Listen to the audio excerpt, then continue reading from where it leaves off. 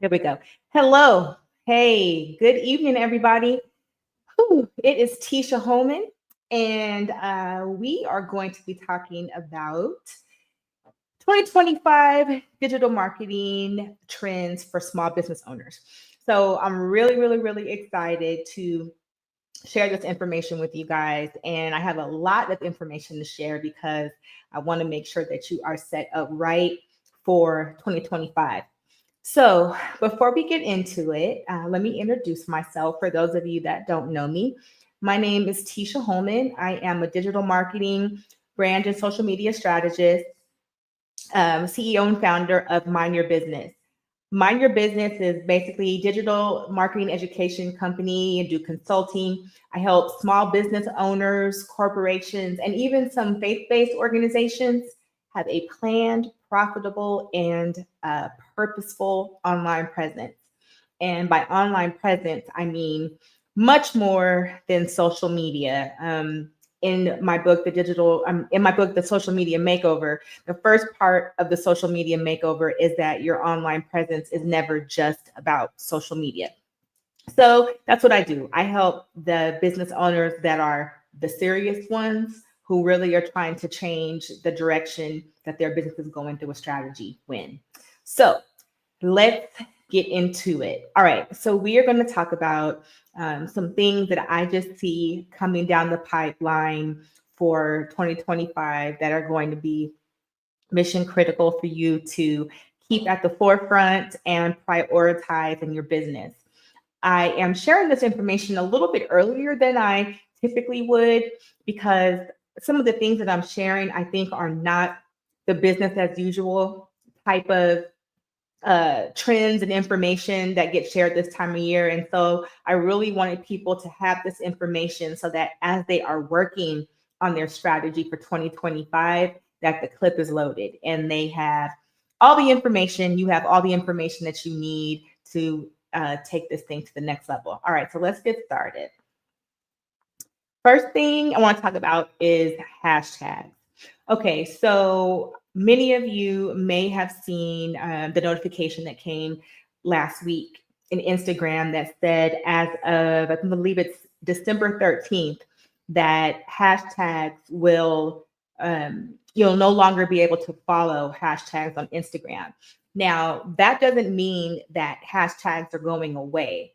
What it means is just you could choose to follow certain categories of hashtags, so that won't show up in your feed anymore. You won't be able to follow them, and the current hashtags that you're following are going to disappear from your timeline. That does not mean that hashtags are now obsolete or they still don't have value as a part of your strategy. It just means it's going to be a little bit different. So instead of hashtags being a way, like a content aggregator for people to be able to see your content and maybe find your content in places that they normally wouldn't be, now your content is actually the new algorithm. So it's going to get really important that your messaging and the content that you're sharing is really aligned up with the people that you're trying to connect to, so that the algorithm shows that group of people your content. One of the things that I would like to share with you that you can use as a general rule, since again, hashtags aren't going away, their priority is just shifting a bit, is start with the 333 rule. After we get through December 13th and you see how it's going, it's really important to do testing anyway. So you should be looking at the data and analytics for your content on a regular basis anyway. But with this change, keep a close eye to it and use that 333 rule. So what I mean is 3 of your hashtags should target your ideal client. 3 of them should be related to the content in your posts. And then 3 of them should be popular hashtags in your niche. So try that. You can definitely always use more, but as things go forward, you're going to need to be more intentional with the ones that you do choose to use in your content. All right, let's go to messaging. So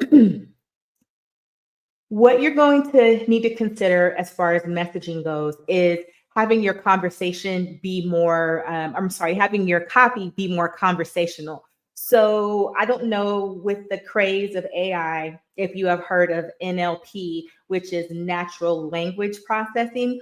Natural language processing is kind of a part of the machine learning beast that powers AI. So the Reader's Digest version of that is it helps computers talk like people, right? And so as AI is going to be used increasingly for searches and helping people find things they're looking for, developing content, all those types of things, it's going to be really important from a search engine optimization perspective that your copy is conversational, because I'm probably going to say it a few times during our conversation, but your copy and your content really is the new algorithm. It's going to get increasingly important, even with ads. For those of you that are doing ads, it's really going to be about what you're saying, right? And that's how they're going to serve the content to the people that you are trying to connect with.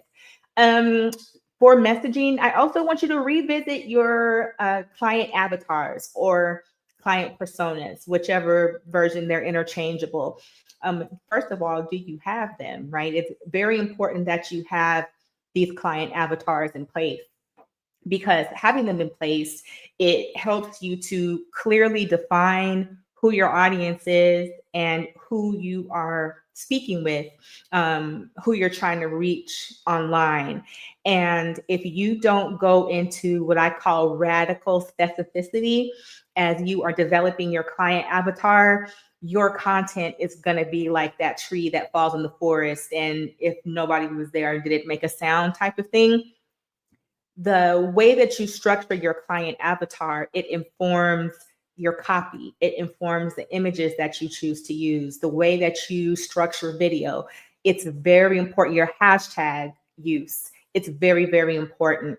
And so a couple of things, well, not a couple of things, some things that should be included in those client avatars: demographics, geographics, firmographics, psychographics, their beliefs, education, marital status, income, political affiliation.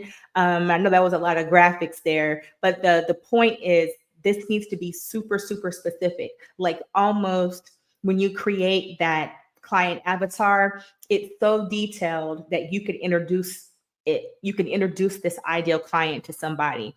And this should be documented, because the goal is to grow and scale your business. And so as you are growing and scaling your business, at a point, there are going to be other people that are helping you manage your content. And so they're going to have things in place that are documented to help them learn the brand and learn the voice of the brand. That's why it's super, super important to define these and make sure that you document it.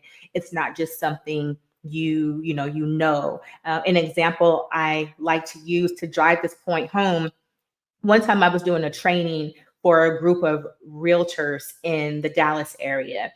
And I asked somebody, okay, who is your target audience? And the person said, Dallas, everyone. And it was like, no, you can't cast that wide of a net and really hit everybody. That, from everybody from Oak Cliff to Highland Park, which are two different spectrums of neighborhoods, all of those people are not likely going to be your ideal client. So just make sure that you're not casting too wide of a net and that you are defining who your client is.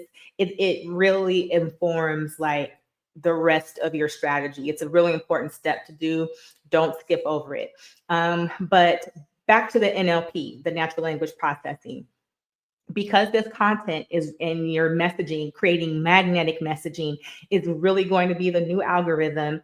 If you aren't already, make sure that you are leveraging client testimonials on your website and on your socials.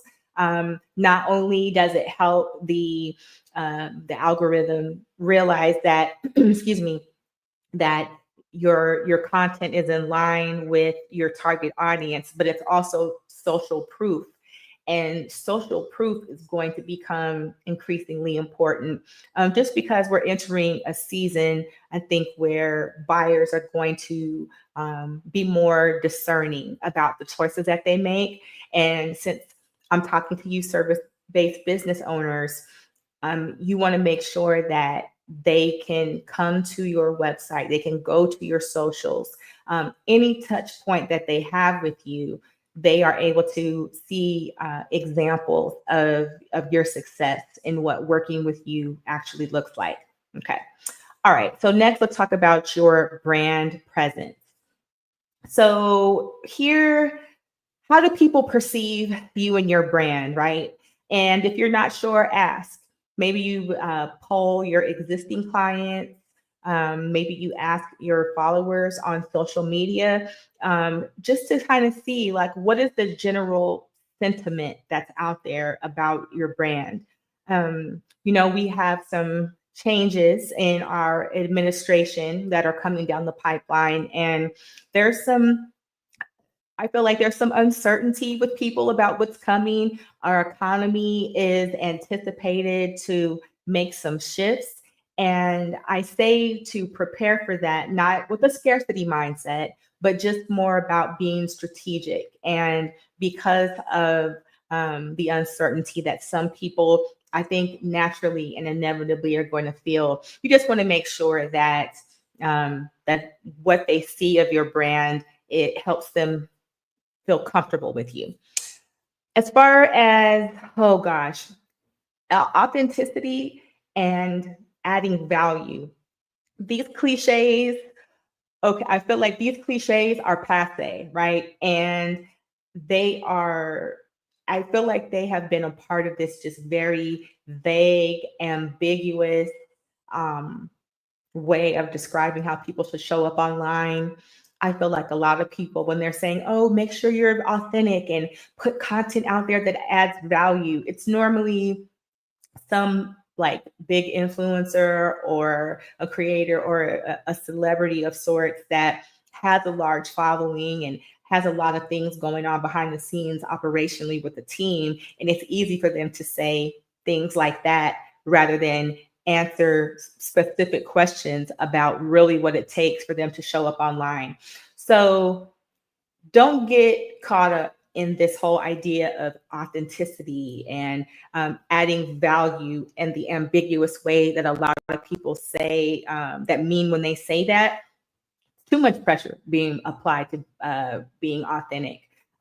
First thing is your focus should be on consistency and alignment with what your goals are for your business, and making sure that your content is in line with who you're trying to connect with online. Those are the things that you should be worried about, because a lot of people these days give a lot of credence and focus to vanity metrics and things like likes, followers, even video views and comments. All that stuff can be bought now, right? Once upon a time, those were accurate measures of engagement with your content.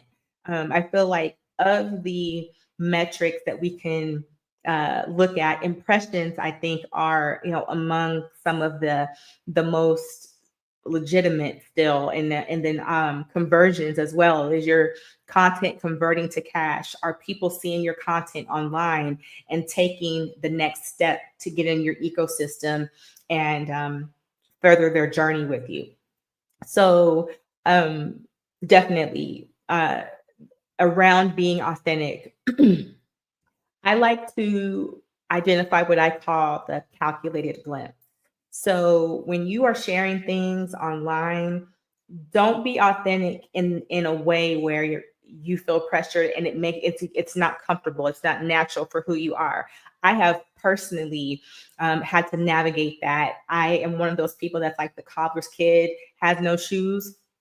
And there are certain aspects of the digital space that I am now starting to practice what I teach in a more impactful and intentional way, right? But what I have done with that, with video, with my new podcast, Well Rounded, available on your favorite podcast platform now, is I have set the way that I'm showing up in those spaces at a cadence that's comfortable for me, and that's also sustainable with all of the other things that I have going on, right? And so I just, as you're thinking about creating content and making adjustments to how you're showing up, just make sure that it's something that's sustainable. It needs to be realistic for setting goals that are going to challenge you and push your business to the next level in the digital space. But you need to make sure that you can keep up with it, okay? And keeping up with the Jones will get you caught up. You need to be making sure that you are in alignment with what you can handle in your business where you are at this time. Okay. All right. So let's talk about tightening up your platform focus. So again, I'm talking to service-based business owners here. Once upon a time, I used to say, post everywhere. Everywhere you can be, that's where you should be posting as a business owner. And I no longer subscribe to that theory, just because the platforms, I think the various social media platforms, what I'm referring to, more so than they have before, they really have gotten very detailed with the type of people that are there. Now, one analogy that I used to give is when I was making my point about you should be everywhere online, was that you could have two people who are both your ideal client, but when you ask them, do they want coffee? They have two different preferences. If you ask me if I would like some coffee, that means Starbucks specifically. I am a proud star collecting loyalty member for Starbucks. Whereas there could be somebody else who is also your ideal client, and when you ask them where they want coffee, they don't mind drinking that gasoline that Dunkin' Donuts sells, or maybe K-Cups, or they're just happy with the Folgers in the coffee pot, right? But they still are both your ideal client. They just have different preferences on how they consume things. And that same idea can be transferred over to your social media. Your ideal client is in different spaces. They just may have a preference on how they consume content on social media. So X is kind of experiencing a mass exodus. So before you think about focusing your efforts over there, usually not the space for service-based business owners. That's like the journalist playground, and trending topics. Like I go on X when I'm watching some of my shows just to see what people are saying when we see things happen. It's almost like I'm watching TV with a bunch of my friends, right? That's the only reason I use it. But so the service-based business, that really might not be your jam. So your mileage may vary over there. The metaverse. So I'm not saying jump ship on the metaverse and abandon it completely, but I am saying that organic growth in the metaverse is becoming increasingly difficult, and it's becoming increasingly difficult without making a significant ad investment. And there's nothing wrong with investing in ads. It definitely has its place. And at a point in your business, it has its place for lead generation and for increasing brand awareness. But if you're a service-based business owner, you really need to be looking at LinkedIn and YouTube as your bread and butter. Instagram, I feel, for service-based business is still a valuable place. I think there are still people that are really monetizing Facebook groups, but I feel like the people that are still having a lot of success and a lot of hot leads and conversions out of their groups are people that had that established before they really started monkeying around with the algorithm and how people are able to see content. I don't know so much that it is commonplace for somebody to be building a new community and to experience the level of growth that you once could. I'm a part of some Facebook groups that have a great they have a lot of people and highly engaged audiences, but it's been that way for a while. That's really not typical results. So if you are wanting to build community, which you should be, especially if you offer coaching of any type or consulting in any way, things like Patreon and Mighty Network are great places because they're their own ecosystem of sorts. So you don't have the fun and games with the people who are there to see your content. And there's lots of ways for you to monetize and have some diverse options for how your what your content is over there. Excuse me. So I am actually exploring Mighty Networks right now, and I'm really liking it. It it's a way for me to look. I'm really big on streamlining resources. I don't like to have 10 different systems doing things. When I'm looking for software as a part of my marketing stack, I'm always looking for things that can get the job done with the lowest lift. I don't want to have like 10 logins. I'd rather just have 3, if something like that. So Mighty Networks is great because it's able to consolidate several of the tools that I'm already using, and it can even host like live events, and the coaching program that I have can live over there, and other different things that I have in the pipeline. So I'm really liking Mighty Networks, but I hear a lot of people using Patreon as well, just because the Facebook groups ain't hitting like they used to. And if you're a service-based business owner, building a community of your followers that are typically a hotter lead that can be a better conversion rate for you should definitely be something that you're looking at. So yes. And so let me just I'm going to check my notes here and make sure I don't miss anything. I had a lot of stuff to cover. So I am unapologetically making sure that I don't miss anything as I'm covering these topics. So I still believe in the full court press. So I still think you should have a presence in the metaverse, and then LinkedIn, YouTube. But I feel like your focus definitely needs to shift with the way that you're showing up there. And for me, what that's looked like is when I'm scheduling content, things that go on Instagram or Facebook, they're a part of the scheduled content and they just fly there. But I am actually doing some more intentional, specific things like in spaces like LinkedIn, which is even like why tonight for this live, it's live on LinkedIn and it's live on YouTube, exclusively on purpose, right? And so just things to consider as we go. One thing I want to mention too is Google My Business. I think a lot of people forget about this one, and when you want to make sure that you keep your Google My Business profile updated. I actually just had to go in there and update mine today. You can have your products on there. You can have different offers, other updates. It's really important there to encourage people to leave you reviews. Let's go back to NLP and the content, the messaging is the new algorithm for bringing people to you.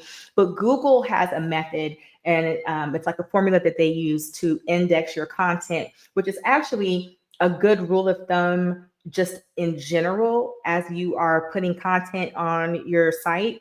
If the acronym is EEAT, right? So I guess like eat, so that you can eat, make sure that your content demonstrates experience, expertise, authoritativeness, and trustworthiness.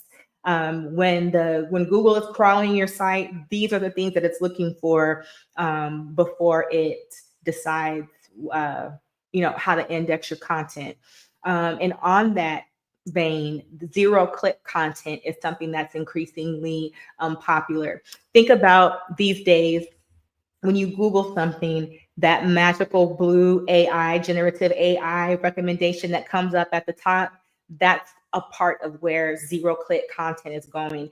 And those few drop downs that are in that on the first page that you can see that give you some quick answers to what you're looking for, that's zero-click content, and that is on the rise. So make sure when you're blogging, because you should be blogging, that you are using the right keywords and backlinks so that your content ends up in this pile. Conversions are much better if you can get real estate in those spaces. Okay, let's talk about LinkedIn. All right. So LinkedIn, I want to share some tips with LinkedIn that you should consider as a part of your strategy. First thing is you should be posting daily there, even on weekends. And these suggestions that I'm giving you are coming from LinkedIn themselves. So this is from the horse's mouth as far as recommendations.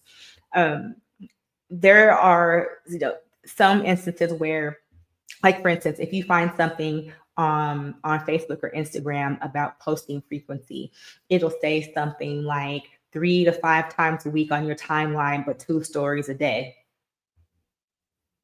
I mean, that right there, like we know that their objective is to keep people on the site, and they will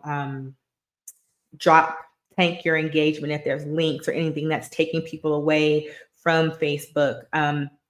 So, on LinkedIn, it has its own ecosystem as well as YouTube, but LinkedIn has its own ecosystem, and content lives a lot longer in that space. Like I remember just scrolling LinkedIn earlier today, and I was seeing posts come up in my feed from like 2 weeks ago from other people. It's like when people share your content, when they engage, if they like something or comment, like that shows to all their followers, and it just keeps, it's the gift that keeps on giving. It keeps your content alive. So the more that you can show up there with the right type of content, and I'll go into some of that in a moment, the better. So daily, even on weekends. And so that is not too much for you to do. This is where scheduling your content, making a content calendar, and a plan for all of that comes in. But I'll talk more about that later. All right. So any engagement that you get. So if somebody leaves you a comment, not always possible, but respond as close to real time as you can. These are just the types of things that let the system know that you are there, you are present, and willing to engage with people who are coming to your space. Again, that's not always possible, but if you're online and you see the notification, try to respond if you can. Some of the content pillars over there that drive the most engagement would be insights, trends, and latest launches in your area. Personal insights about your industry. So like day in the life type content.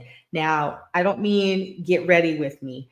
And, again, I'm talking to like the serious minded service business owners, not the people that are trying to be a content creator and get brand deals as a primary form of income. I'm talking about people that are trying to like build their business, get clients, speak on big stages, that kind of thing. LinkedIn is not the place for get ready with me content, sit and do your makeup and have things. That's not what that is. They are increasing video presence over there, but you need to use those opportunities to continuously demonstrate that you are a thought leader, that you're an expert in your field, and a trusted, consistent voice on the topic. Okay.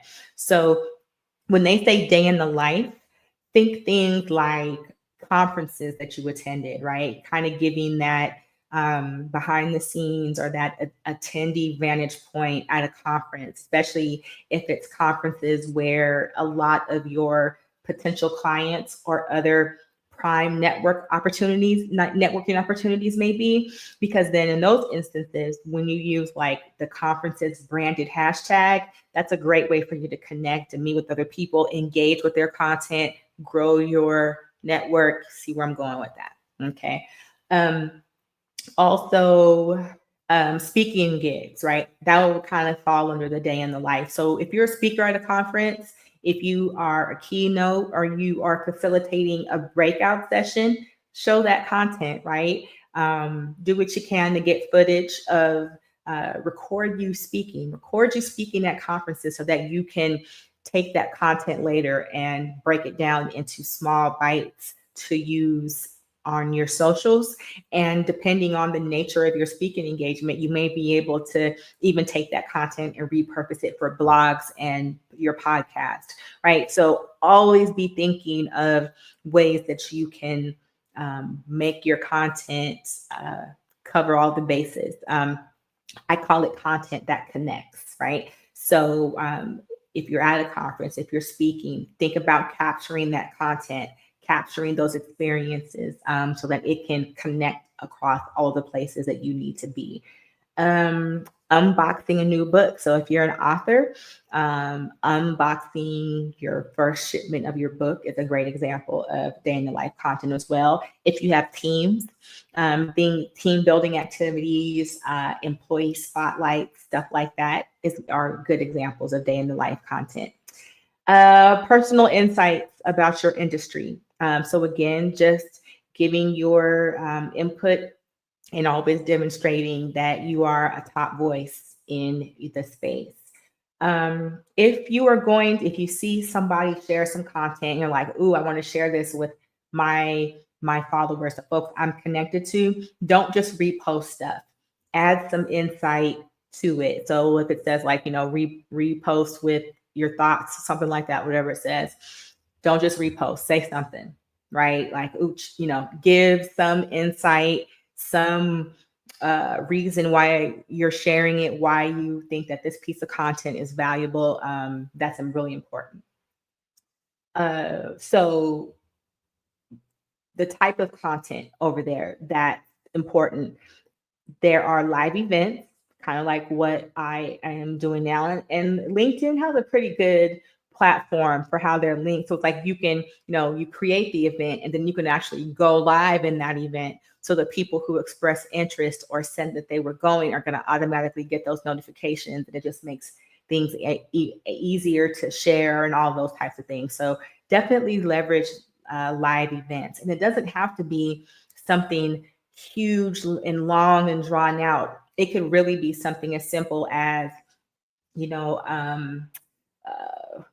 a marketing minute on Mondays, or, finance Fridays, those kind of things, right? It could just be you going and giving in some quick tip piece of expertise of advice, but use it so that you can gain traffic and going live. But a good use of it too is like longer form stuff as well. And it's a great opportunity for you to collaborate with other people on LinkedIn as well. That way you tap into their networks. So play around, be strategic about that. Newsletter. They have a newsletter feature on there, which is great. People can subscribe to it. And I know once I started mine, I saw growth pretty quickly. So people can subscribe to your newsletter. It's another opportunity for you to drop gems, share great information with people, and continue to get your content out there and demonstrate that expertise. That content is the new algorithm, NLP, right? Natural language processing. Keep that in mind, that the things that you are saying is going to be like mission critical now. It's going to be a really important piece of you building a solid presence online. White papers, still doing video content, short form content is cool over there as well. Polls, making sure that you have your product pages developed. So if you have merch, making sure that you have that positioned over there for those 0-click opportunities. And then even like PowerPoints or PDFs, if you have like a slide presentation that you made that you feel people would benefit from and you want to share, or you put together some quick insights on something and you want to get that to the people, that would be a great use of that. Okay. Sales Navigator, finally. Sales Navigator is like a hidden honeypot for service-based business owners. Okay. So if you are not, I know there's a bit of an investment with Sales Navigator. But if you use it right, it pays for itself. The expense is negligible if you're using it the way that you should be using it. Okay. So learn how to leverage Sales Navigator, and then create a system for it, because there's some moving parts in there for you to make the greatest impact leveraging Sales Navigator. So don't go into that, as you shouldn't be going to anything a part of your online marketing strategy willy-nilly, but definitely create a system and a plan for how you are using Sales Navigator, because it is a hidden gem, a honeypot of opportunities if you use it correctly. Hear what I'm saying? Sales Navigator. Okay. And then there are even some additional CRM integrations coming down the pipeline to make lead tracking and checking out data even, more even simpler, right? So do yourself a favor and do some research on Sales Navigator, create a plan for it so that you can build a dope LinkedIn presence and make the money. Okay. Okay. All right, let's talk about YouTube. Okay, so YouTube is an interesting place in that YouTube is the second highest search space after Google, right? So when people are looking for stuff, they come to LinkedIn. They come to YouTube and they search for things, especially the how-to type of content.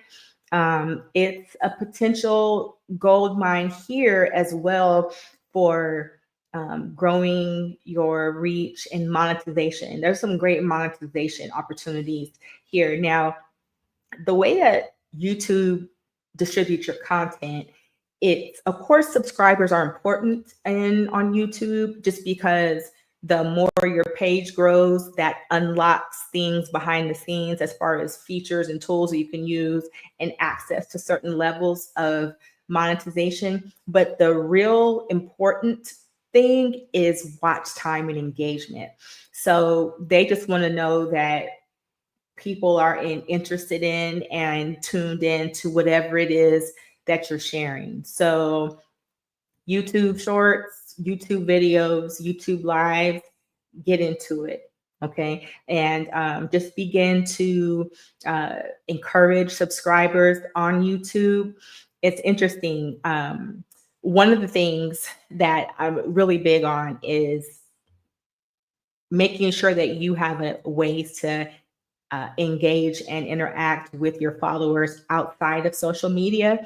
The best example there is, I think it's happened like 3 times over the last 5 or 6 years, where Facebook went down for the day and people were freaking out because they didn't have a way to connect with their people. Like, the shop closed for the day because they didn't have a way to transact business, because either they don't have a website because somebody told them that they didn't need one for some reason, or those are the only touch points that they have with their clients or their potential customers is Facebook. Everything that you do in the digital space should be moving people towards spaces where you have greater ownership of the data and greater control over how you interact with them. And email is the best example of that. Getting people to join your email list and you being able to send out your email blast to them is an algorithm-free, uninterrupted, direct pathway to your people, right? And contrary to some popular belief, email still closes deals, right? Don't sleep on email. But that should be the goal, is moving people from these spaces where you have no ownership of the content.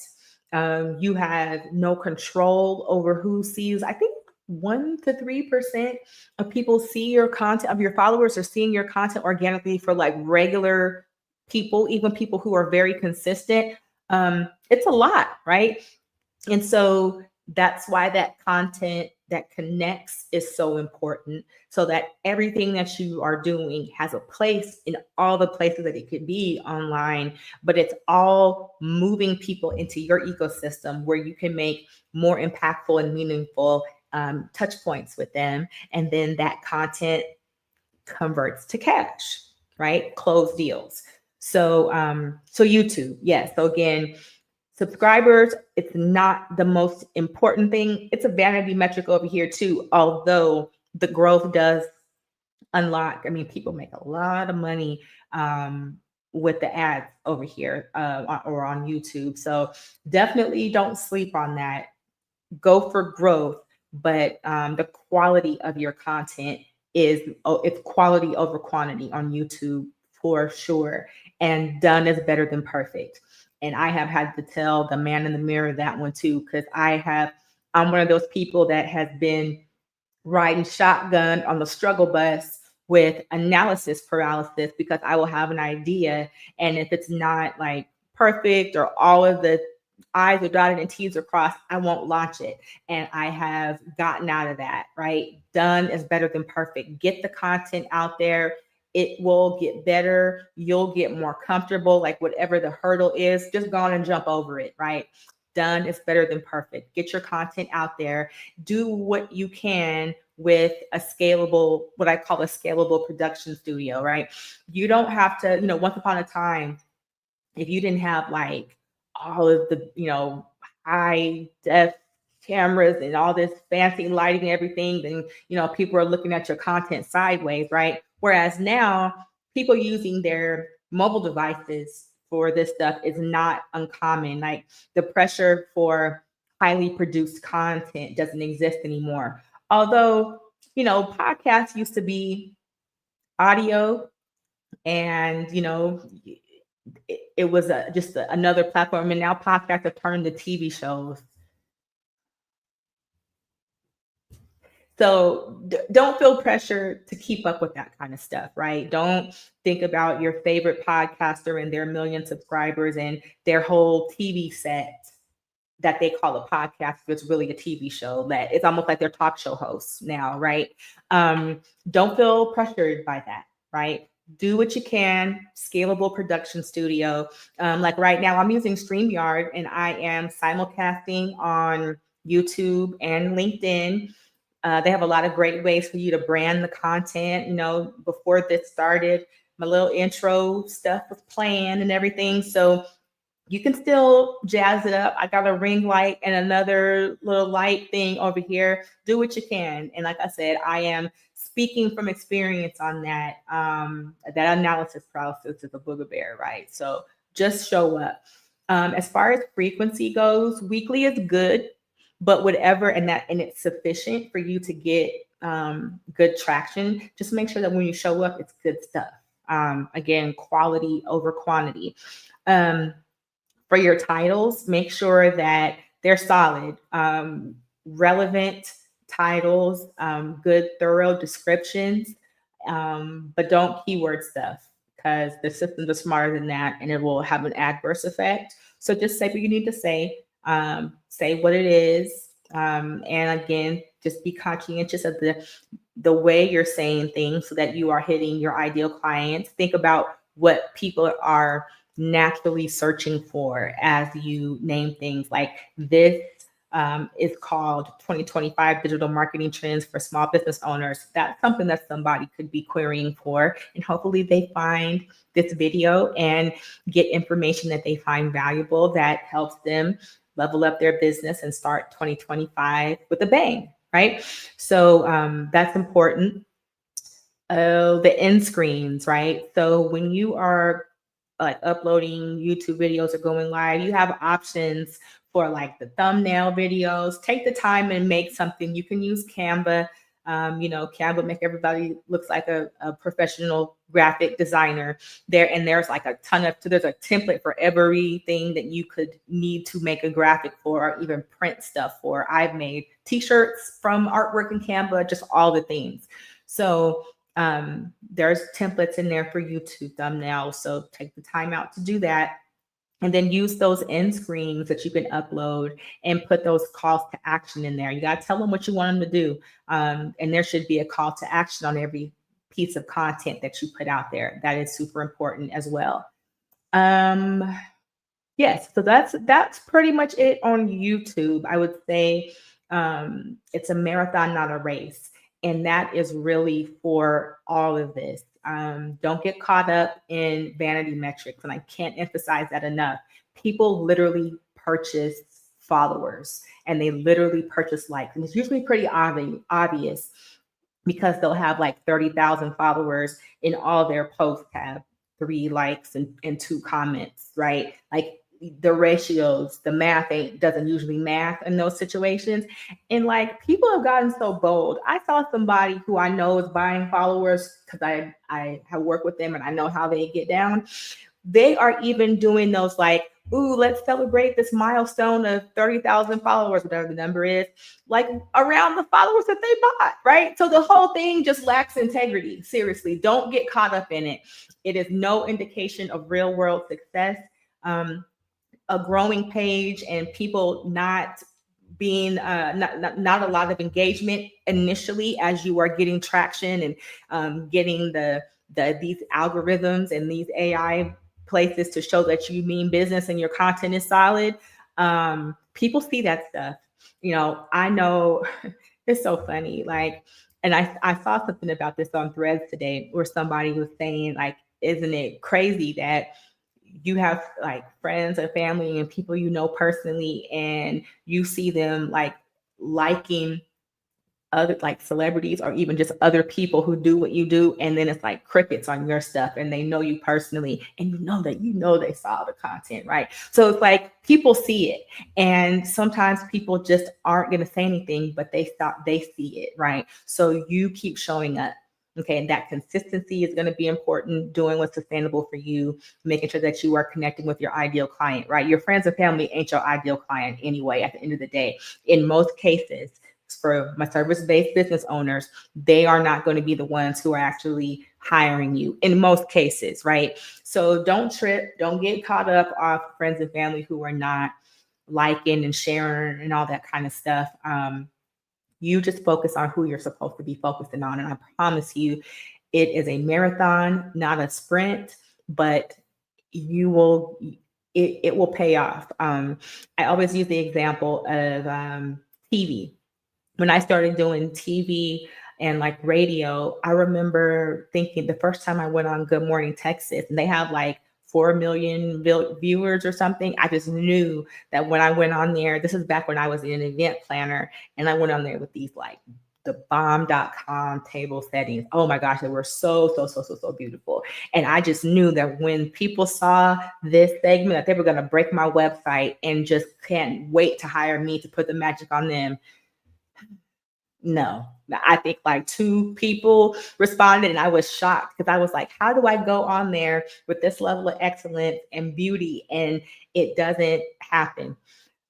I met somebody maybe like a year or so later, and she was like, I remember you. I saw you on Good Morning Texas with the dope tables. And I was like, oh yeah, that was me. I was on Erica Campbell's morning show from Mary. Her morning show, Get Up Mornings with Erica Campbell. Somebody heard me on her show and they connected with me on like LinkedIn or somewhere, and they hired me 2 years later, right? So putting some of this content out there, doing some of what you're doing, you're planting seeds in the ground and they will grow. Just be patient and keep showing up. It's going to hit one day and then you'll be like, whoo, all them videos that I did and where it was like just my mama watching, right? Like it's going to pay off, right? So stay the course. Stay the course for sure.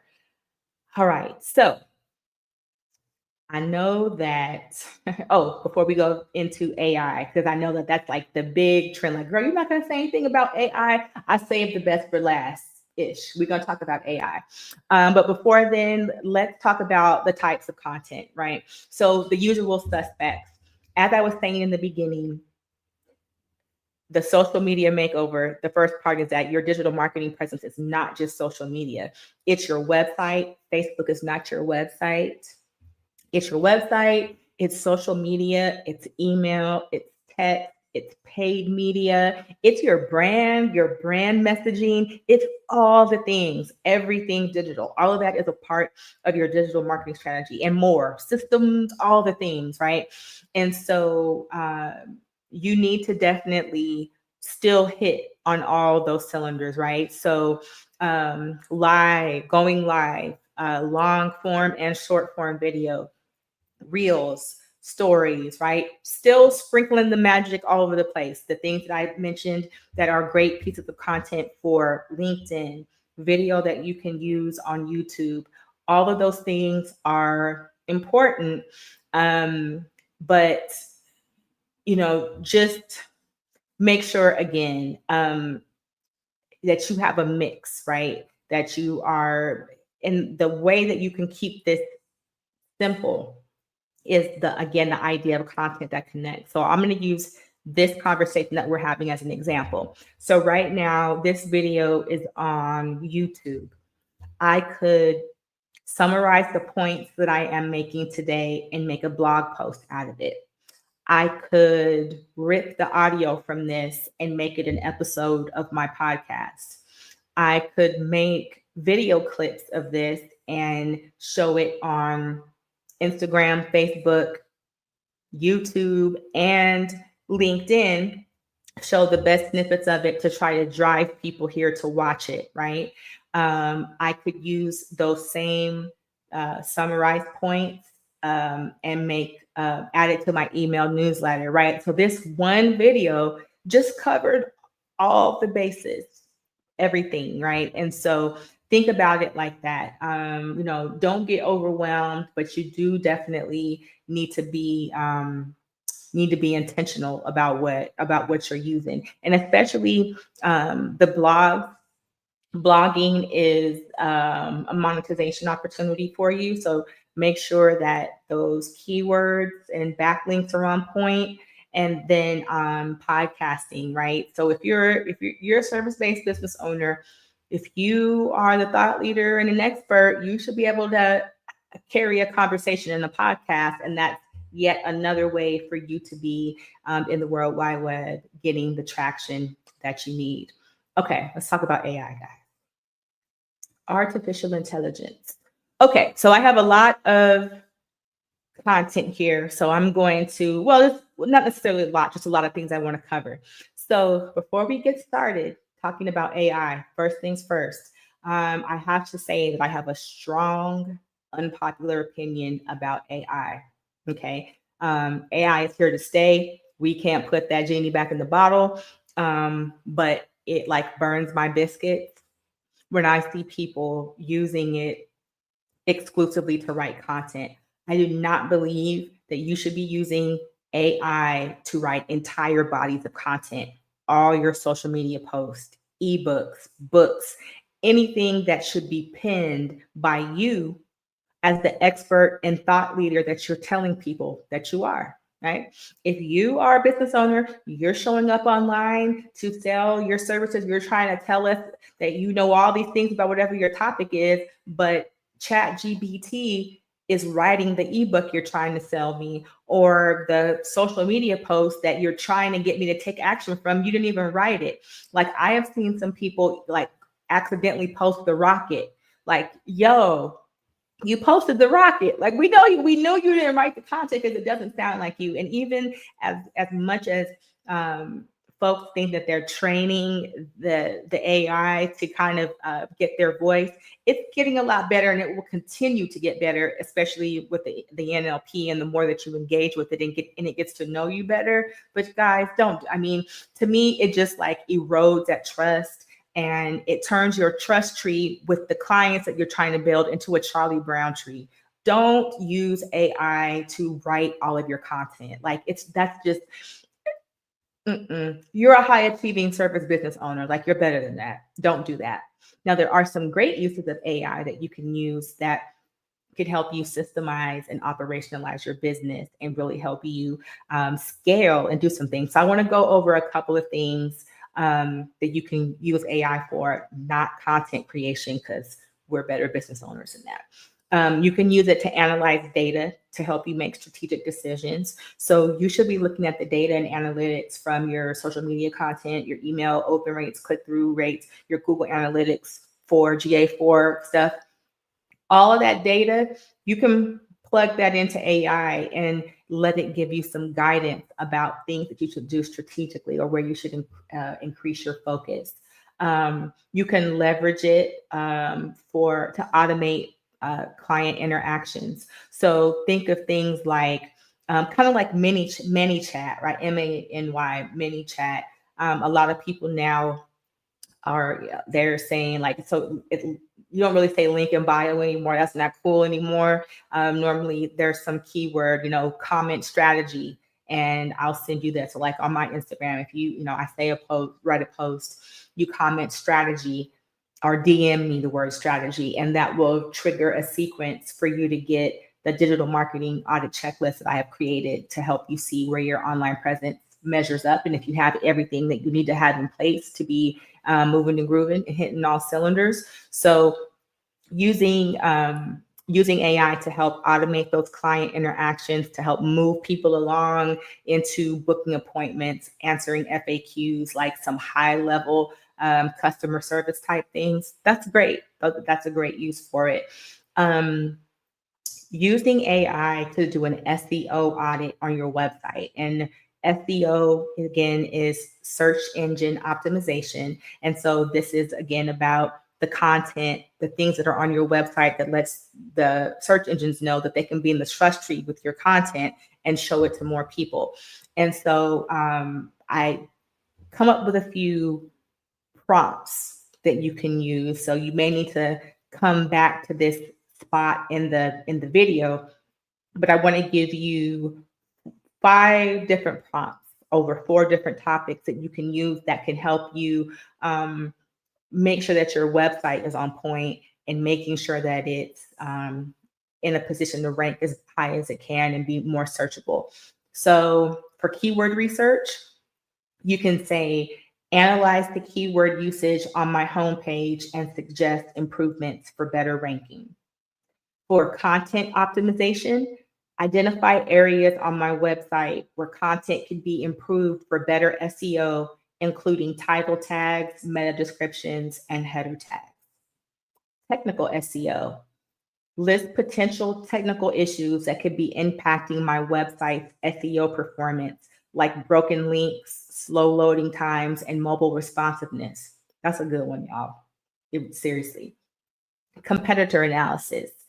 Analyze how well my competitors are optimizing for the keyword, whatever the keyword is. Maybe for me, it might be digital marketing strategy, and suggest ways to improve my ranking, right? So it's a little backdoor competitor analysis. Or you can say, list the top 5 competitors for whatever your niche or your industry is and highlight their key SEO strategy. So it kind of lets you like peek behind the curtain a little bit and see what they are doing. Like, to me, those are great productive uses of AI. Using it to get a perspective on things that are in your reach and in your purview as a small business owner, but it's pushing the limits of areas where, like, okay, I know I need to do this, but point me in the right direction of where I can explore this further or expound on this further strategically. Okay. So we talked about the AI-powered chatbots, using it for sentiment analysis, for social listening. Okay. So like there are tools like Sprout Social, the social media scheduling platform has a social listening tool. And there's one called Brand Watch, where you can actually see data and information about what people are saying about you online, how they're responding. Like, let's say you had a live event that you hosted. You can kind of listen in on those internet streets and get a sentiment about how people are responding about the experience or what they may be saying about you, and then leverage that information strategically to either make adjustments or to like proactively address customer service issues that might be getting ready to blow up on you, right? It's basically virtually keeping your ear to the ground. Definitely a great use of AI. And then beyond that, there are ways for you to use tools like Power BI and Tableau to do some great things with not just creating dashboards and great ways to process your information, but also potentially your client's information as well, and distill that. You can use AI along with SharePoint in the Microsoft 365 ecosystem to really create some very helpful systems and automations that can improve your workflows significantly, make your teams run more efficiently, and just really like position you to continue to grow and scale. It's almost like having your really super smart new executive assistant who knows all these tips and tricks to kind of improve workflows. From a project manager on 10, right? But use it that way. Use it in ways to streamline processes, to simplify processes, to extrapolate data from things that you're doing so that you can use that stuff strategically to take your business further. Stop writing content with AI. It's lazy. It's lazy. It's lazy. Okay. So those are some top of mind ways that AI can really put you in a good position. Create a plan around it. Those automations for those initial touch points, FAQs, and booking consultations, and just answering or addressing some low hanging fruit are a great way to help you with closing deals and growing. But use it to help you analyze the data. Use it to help you analyze subject lines for your emails, like those prompts that I just gave you to do an audit on your website to make sure that it's in a place where it can perform strategically. Think that way. Think on that train as you are working on your strategy for 2025, where AI is coming in. So like strategy. So I kind of hit on content that connects and content that converts to cash. Use this time now. You still have a little bit before we cruise into the new year. You need to be working on your digital marketing strategy. You need to be working on a content plan, an editorial calendar, so that all that stuff is a well-oiled machine and that you are able to focus on the areas of your business that really bring in the big bucks. Like, you can be in your zone of genius doing the thing that you do, and your online presence is working for you in a strategic, in a, it's systematic, in a creative way that's going to put you on a trajectory to scale. Strategy is so important, and strategy is not the plan, right? The strategy is the plan or the tactics or the how, right? So it's not just enough for you to say, oh, I want to grow my YouTube channel. That's my strategy. Okay, so how are we doing that? What are we going to do to take steps to grow the YouTube channel, right? So strategy and tactics, and look at all the areas of your online presence: web, social, email, text, paid media, tightening up your brand messaging, getting to the point where you are creating magnetic messaging, because with that natural language processing and the way that AI is developing, and with the removal, at least in the metaverse, of hashtags, your content and your messaging is the new algorithm, right? That is going to determine how and who is seeing your content. Focusing on YouTube and LinkedIn, because those places are greater opportunities for you to connect with people as a service-based business owner. Like, if you are, you're a high achieving, serious-minded social business owner, like, don't spend a lot of time dancing on TikTok. That's not where your clients are.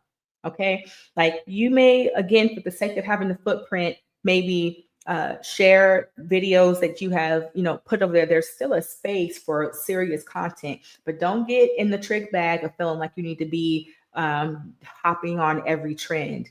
If you see a trend and you're like, okay, does this work for my ideal client? Will my ideal client resonate with this if I post this? And yes, sometimes things are for entertainment. We want to have that balance and have fun and stuff too sometimes. But just make sure that you're doing things that your ideal client actually cares about seeing, wants to see, and is going to help them climb a little bit higher in the trust tree with you, to let you, sprinkle the magic on them, whatever that is for you. Beyond that, Oh, one more thing I wanted to mention. I almost forgot. So I tapped on earlier how, um, with the recent changes in our administration, how there are some people that may be feeling a little anxiety about and uncertainty about what's coming, and how they should be structuring their business and how they should be showing up online. Well, don't, again, the scarcity mindset, don't let the scarcity mindset get you in a trick bag, right? It's just about being strategic. And a part of that being strategic is being more creative and diversifying how you're showing up as a business owner. Because again, buyers are getting ready to be in a place where they're more discerning about their decisions. They're still there when ready and have money and ready to spend money, but they're just going to do a little bit more research and watch you a little bit closer. So like the buying cycle may be longer. So you just want to like make sure that the things that you are putting out there are also making dollars and cents supporting your business growth, like with the profitability, your income and revenue streams. I mean, so this week on the Well-Rounded podcast, I had a guest on there, Kirsten Allen, and we had a great conversation about corporate contracts. Listen, run, don't walk to wherever you listen to podcasts. And if you want to see the conversation, the video from the podcast is actually here, or it's actually on my YouTube channel. But please, please, please do yourself a favor. I actually, bumped up production, the release of that episode, because once we had the conversation, the information was too good for me not to share it with you. And I really, really want to help y'all just have an awesome 2025. And this conversation with Kirsten Allen, episode number 3, is chock full of gems about how to get corporate contracts, what they really are, different types of corporate contracts that you may have not considered that you can pursue, and like how you can pursue them. It's so good. So go listen to that. Go listen to the Well-Rounded podcast, learn about corporate contracts so that you can get some things in your arsenal to help you not only expand your business and create additional income streams for you, but these are things that can help you have a more impactful digital impact as well. Okay. All right. So that's all I have for you. I am, I'm excited to be in this space and sharing this information with you guys. And I hope that if there's one thing that I have shared today that is going to move the needle for you or help you dig a little deeper or think strategically in a different way about how you're approaching planning for 2025, then I have done my job. I want you to use this time as we are winding up 2024 to really make a plan. And listen, if you are like, okay, Tisha, I hear what you're saying, but like you mentioned that SEO audit, but like, what about what else? The other things, like, is what I have in place working for me? Do I have everything I need? So I created this digital marketing audit checklist, and it's super thorough. It covers all the bases, and it's free. It's my gift to you. You can go get the digital marketing audit checklist and see if your online presence measures up. See if you have all of the things in place that you need to have so that your digital marketing presence is winning and it's hitting on all cylinders. Okay. All right. So with that being said, I wish you guys a happy holiday season and a just blessed and prosperous and abundant and successful, record-breaking 2025. Get to work on that strategy. Enjoy your holidays and spending time with family, but don't neglect the importance of getting a strategy in place that is going to position you for a solid year online. Get the digital marketing audit checklist so you can see where you measure up. Go listen to the last episode, or episode number 3, of the Well-Rounded podcast. The podcast is everywhere podcasts can be heard, and learn about corporate contracts so that as you are planning for 2025, you can add that to the clip. Okay. All right. So that's it for me. You all have a wonderful evening. Until next time.